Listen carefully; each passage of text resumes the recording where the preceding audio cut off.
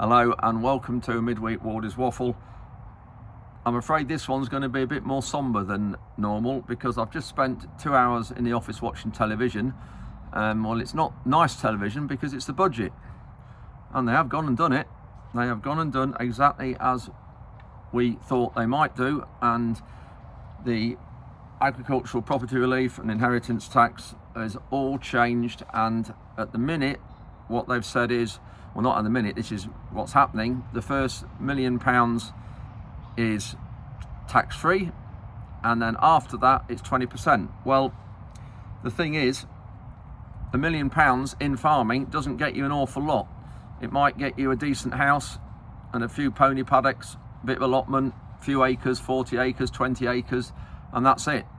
And then after that, we're getting taxed. So the death knell is there now for family farms being handed down from generation to generation.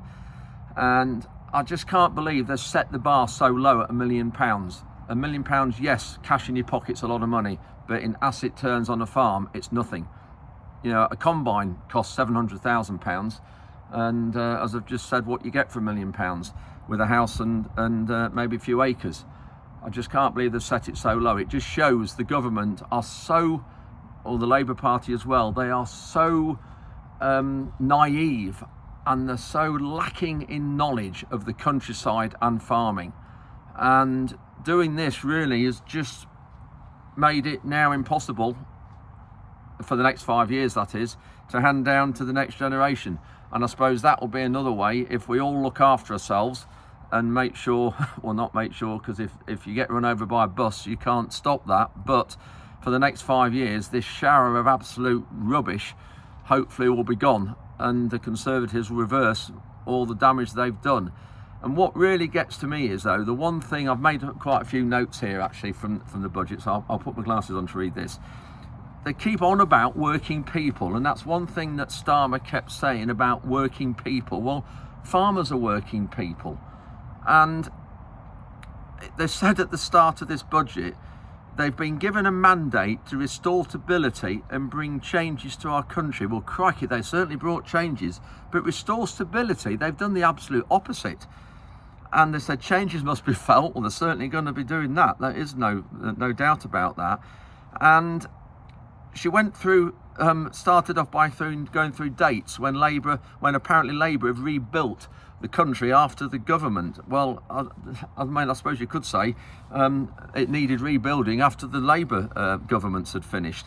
And keeps on about this black hole, this £20 billion black hole. Well, I just wonder whether they're just lining themselves up because they're creating this black hole through all their policies, immigration and everything else. It's just ridiculous. And they started off the budget by saying that the budget was going to be raising taxes by 40 billion. So that obviously prepared us. But through national insurance contributions, they say that the increasing in those is going to bring 25 of that 40 billion back. And then they are freezing income tax, which I suppose is something. But what other notes have I got here? Capital gains tax is going up. We've got corporation tax is still 25%, so I suppose that's a bonus, but then is a farm going to make a profit now with everything that they're doing? We've got also, they are freezing the budget, so the agricultural budget is 2.4 billion, and they're freezing that. Well, they're not cut it, which we thought they might do, but the thing is, that budget, that 2.4 billion has been at that figure since 2019. Yeah, our costs have risen 44% in that time. So that budget really needs to be far higher. It doesn't need to be frozen, it needs to be far higher. The flood recovery fund that was 50 million, that was all put aside and was all there ready to go when the election happened by the Conservatives, and that's been frozen by Labour. That has now, they said, been increased to 60 million. So hopefully payouts will happen. But as always, what Labour say and what Labour do is completely different. Just to go back to this agricultural property relief, for every additional £1 million above the threshold that a farm is worth, when you hand it down to the next generation, that £1 million would then have £100,000 tax on that. So when you look at land worth about £10,000 an acre on average, it might devalue land hugely now. Good land in Lincolnshire, just 20 miles away from me there, that grows a lot of the vegetables. A third of the UK vegetables are grown in Lincolnshire. That land's £25,000–30,000 an acre. And as I say, it might devalue that. Anyway, not going to go too much now on that. We've said that, and going to have a few glasses of Merlot tonight. Just sit down and just have a bit of think about it and what we do with the whole thing. Which, as I say, we've just got to ride this out hopefully for 5 years, and hopefully this shower of SH1T will be gone. Anyway, this update, we are looking at a hope figure was going to be looking at drilling. When we did the update last Sunday, I said that I think we're going to be drilling this week. Well, that's not happened, because Sunday evening the forecast was for 3 millimeters of rain and we got 8. That 8 really did a lot of damage. Since that 8 millimeters, we've had days like today. You can see it's overcast, it's murky, it's damp, and so it hasn't dried at all. So we will not be doing any drilling at all this week. The forecast was also going to be for wall-to-wall sunshine. We haven't had that. So one thing I wish that they had done in the budget was given the weather centres some funds to improve their weather forecasting, because at the moment they are horrendously wrong. They couldn't be even more wrong than they are.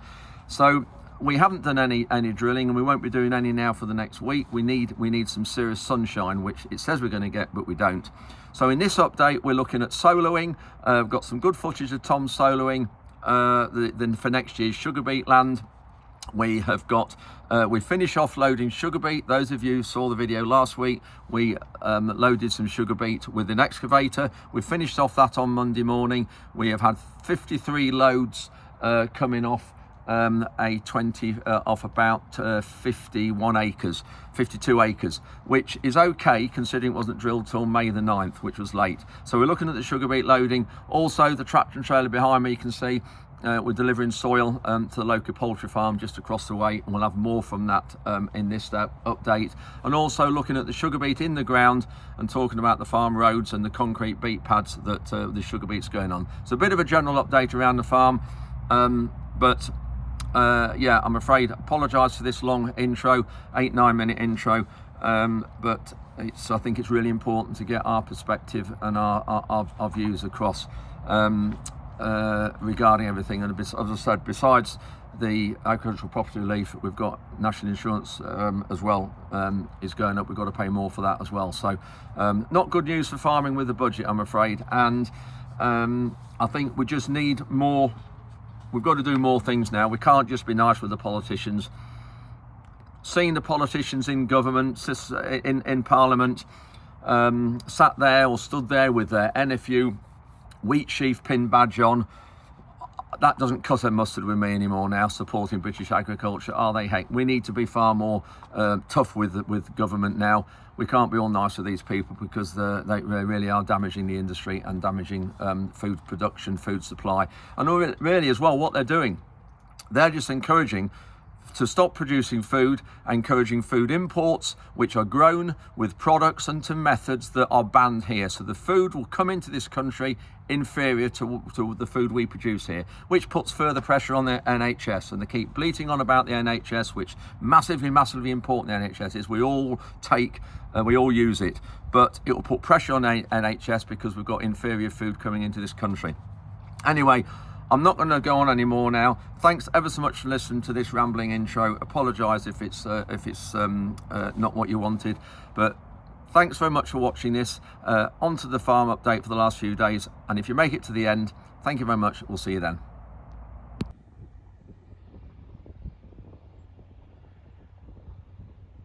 It's Sunday lunchtime. Tom's just finishing the headlands of the field that's coming sugar beet next year, that you saw them spreading the sewage sludge in the update this last Sunday. Doing a really good job for once. Today is a lovely bright sunny day, bit of breeze, sunshine, dry, which all this last week it's been a really wet, damp atmosphere. Fog nearly every morning. Some days that hasn't lifted very well, but today makes so much difference when you've got these conditions. Tom's just backing in a corner there. That corner especially in that field was really wet this last year. There's a big area there we didn't crop, and some of the regular viewers remember we mapped the wet areas in this field. This is that field actually that we had a lot of areas mapped and we didn't put any chemicals or fertilizers on because there was no crop growing. And then Tom's mowed all this field. You saw it a week or two ago, so it's doing a really good job because all the water's gone. There's no water in any of those spots now, and it's particularly that corner that was really bad. So just looking at this outside of the field, it is quite rough, but it's okay because it'll have all the winter on it before we get into here with something next spring. You can see there, look at my foot at the side of it, but it'll be all right. We might actually, if it dries up in the next week or so and we get the rest of this drilling done, we might come in here with the subsoiler and just loosen these outsides because it hasn't got it done it properly on the headlands. Just do the outsides of the field probably. Shows it's taking some pulling because he's going quite steady. Tractor's gripping well though.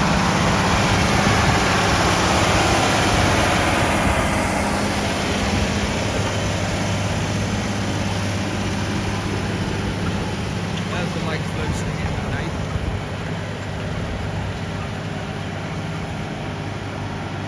It's running quite clean though for the conditions, which just shows how much the field's dried in the last few days.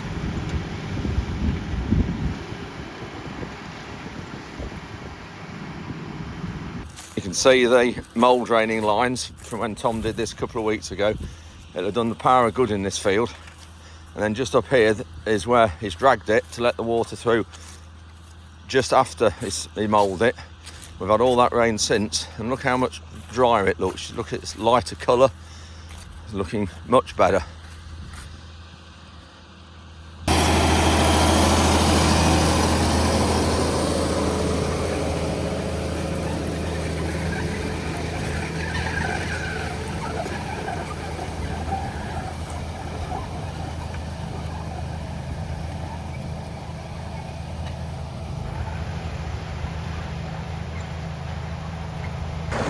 It's about 6:25 on Monday morning. You can see it's starting to get light, which is great for this job.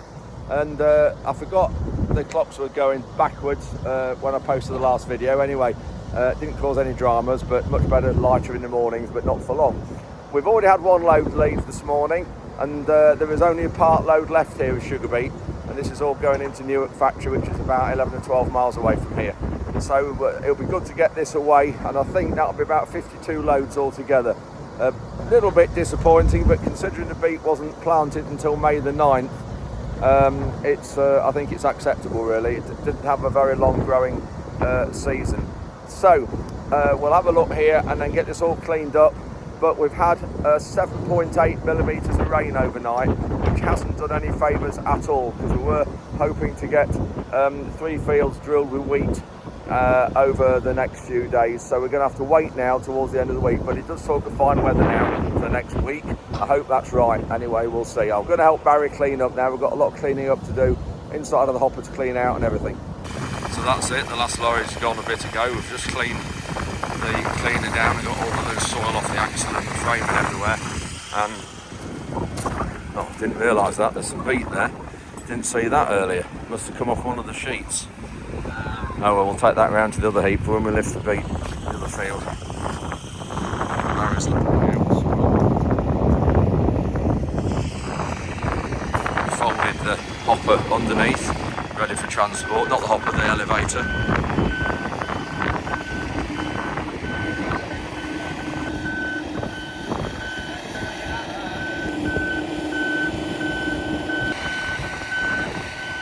It's heading to a farm near Lincoln now. Start another heap of sugar beet that's out the ground. Tractor's arrived to collect it. It's not ours, it's Hawley's tractor. We're just going to try and move it and get it on the lane here, and we don't want to drop these transport wheels until we get off the field and try and protect and save the amount of soil dropping on the lane.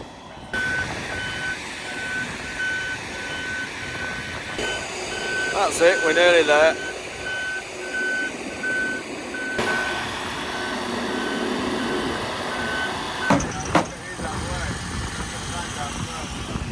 Right, so that's got those down. Then just pull them in.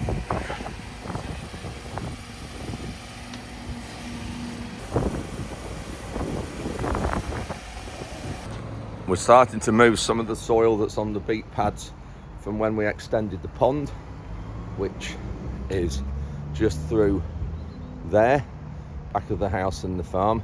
So we're starting to move that off the beet pads to the poultry unit just up the road, and I'll show you a bit more of that. It's Tuesday morning and I'm just walking the dogs. A bit more of a rain last night, and there are 2 deer in front.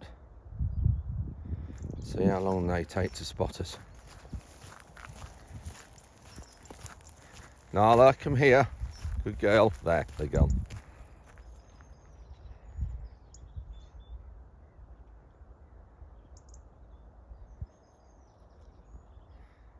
Good girl. She's seen them. There they go, across the far side of the sugar beet. Just looking at this sugar beet on the left, I'll mention this lane for a start. You can see why now when you start to look at this one that's particularly getting bad. We need the tarmac planings from the other beet heap, which is across there. We need the tarmac planes put it out on these roads this summer when you see how many potholes are now starting to develop. And we've got the sugar beet from this field is going on this concrete. It's empty of straw bales now, but the lorries are going to cut this lane up behind me, something terrible. So we'll have a bit of repairs to do for the winter, and then we'll replace the surface properly with the tarmac planings. So updates on field work. That sugar beet on the left is coming on here. We've just got that one straw bale to burn because the strings are gone on it, and we've just got this beet heap here just to tidy up, beet heap, the concrete here just to tidy up and sweep the straw off and make it ready for the beet. Then we've got a little bit of gravel here that needs moving, and going to move that to one of the concretes. And then that sugar beet there, which is about 34 acres, will all go on this concrete beet pad. So that'll be good. That'll be really good to get that up. I'm not sure when the contractors are coming to lift it. They have, when I spoke to them 3 or 4 days ago, they've got about a week to 10 days in front of them. But we still have the other 2 fields that were sugar beet that you saw us take into the factory in the last update or 2. We've still got that to drill and 1 stubble field. But it might be, because sugar beet's in here, a couple of pheasants there that little Frankie's put out. Got a feeder here, a bird feeder, which I'll go through those in Sunday's update. It might be that we actually get this one lifted, worked and drilled before those others now, because those others had a fair bit of rain on. Whereas because the sugar beet's still in this field, it will have stood the rain a lot better, and the soil will be drier because the sugar beet will have kept taking the moisture out and absorbing. So it might be that one is planted before the other 2 or 3, but we'll see. So that's where we are at the minute with land work. We've got spraying to do on the later drilled wheats, but it's not urgent because we're just waiting for them to come through. So Michael just wants to wait for them to come through a bit more and see what weeds are there. We haven't got much black grass now, which is great. There'll be a little bit come in the spring and over the winter, but all the work we've done over the last 10 or 12 years really is absolutely paying dividends now. It doesn't cost us anywhere the amount that it used to do, and it costs some people on controlling blackgrass, and so we hand rogue everything. But I'll go through that maybe sometime in the winter if anybody's interested or isn't aware of what we're doing. Anyway, that's a bit of a crop update. You can see here, got some wheat there just coming through. You see it just showing a tinge of green. So those are some of the fields that Reuben planted 2 weeks ago with the new weaving sabre tine. So I haven't got wellies on, so I'm not going to go in the field just yet, but I will a day or 2 go on there and have a look and show you it coming through. Really pleased with that weaving sabre tine drill. It's put the crops in really well. This is one of the heaps of soil that came out from the pond when we extended it last winter, the other side of those trees there near the yard, and we're taking it down the lane here to the new poultry farm that is just through there being built. They're building a bund around the site and they want some soil to complete that, so they very kindly said we can take this down there and get it out of the way, which is great. And then this is the field that Tom or one of the fields that Tom was soloing last weekend for next year's sugar beet. So that's all ready now for the winter. Driving back to the lane, more holes in this lane, and this is where the lorries are going to come down from that other field of sugar beet yet, so this will be a right mess when they're finished. Just see the wheat just starting to come through there. If you look down there closely, if I just stop, you can see the little sprigs of green just showing through. That was planted about dead on 2 weeks ago, today I think it was. I'm just driving back to the yard. This is the area of the sugar field where the sugar beet, one of the sugar beet piles was on, and you can just see how wet it is. And that's darker soil is with all the soil from underneath the beet cleaner. The barriers spread out, so we won't be cropping this corner this year unless we get it dragged up in the winter if we get hard enough frost. Yeah, just talking about that frost, years ago we often used to do a lot of cultivation work in the winter on the frost when it would carry a tractor and you could get grip. But last year we did a little bit, but now the last number of years we don't really get any frosts hard enough to carry a tractor or to get grip. And years ago when we used to plough a lot, we'd plough for a lot of crops, and this is one of the reasons why we stopped ploughing. It was so rough when after we ploughed it, we would then cultivate it on the frost in the winter to level it out before the spring, and that's one of the reasons we stopped ploughing, because the solo leaves it a lot leveler than a plough. Just come to Kiowa near Sleaford. They're a well-known company that does a lot of hydraulic fittings. A lot of farmers come here to repair hydraulic hoses and pipes and new attachments, and they sell a lot of new stuff as well, filters, all sorts of things. So we've got the gun that we use for changing the wheels, the big air gun, air socket. The pipe's cracked, so we need to get a new pipe put on it. So the pipe's cracked there, you can just see. There's got a hole in it now, so they need to press a new end on, and then we've got a bigger hose here. This just helps for changing wheels. It's a really powerful air socket. It is quite heavy though, I must admit as well, when you see how big it is compared to my foot. Got all sorts of things in here. Airline reels for hose pipes, all different sorts of fittings, oils.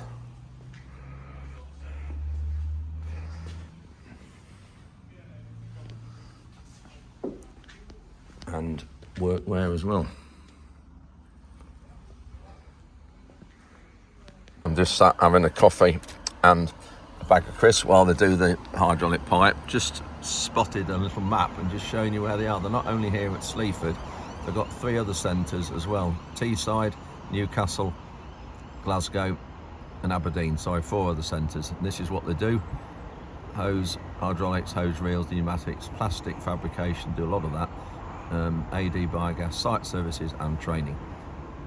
So good company here. So if any of you live near those other centres, if any of you live near those other centres, get my teeth in, then you can have a word with them. They're really good company, really very helpful.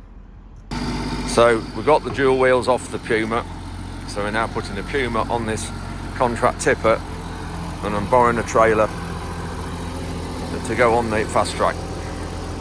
And then we've got the John Deere combine out here, and I've got Richard and Alex from Farrell's coming here to talk us through it. This is the combine we did our Capulet beans with the other week. So that's it for midweek update. Thanks very much for watching. Apologise again if the intro was a bit rambling and not sure where you've made it to the end. If you have, actually, please let me know. And but it's not all doom and gloom, I think, because fuel duty's been frozen, so that's a good thing, because obviously we use a lot of diesel around the farm, so fuel duty's been frozen. Corporation tax is frozen at 25%. That's if we make any profit. And anyway, one of those things. Thanks very much for watching and supporting this channel and subscribing, always much appreciated. And we'll see you next Sunday, this coming Sunday morning rather, 8 AM as usual.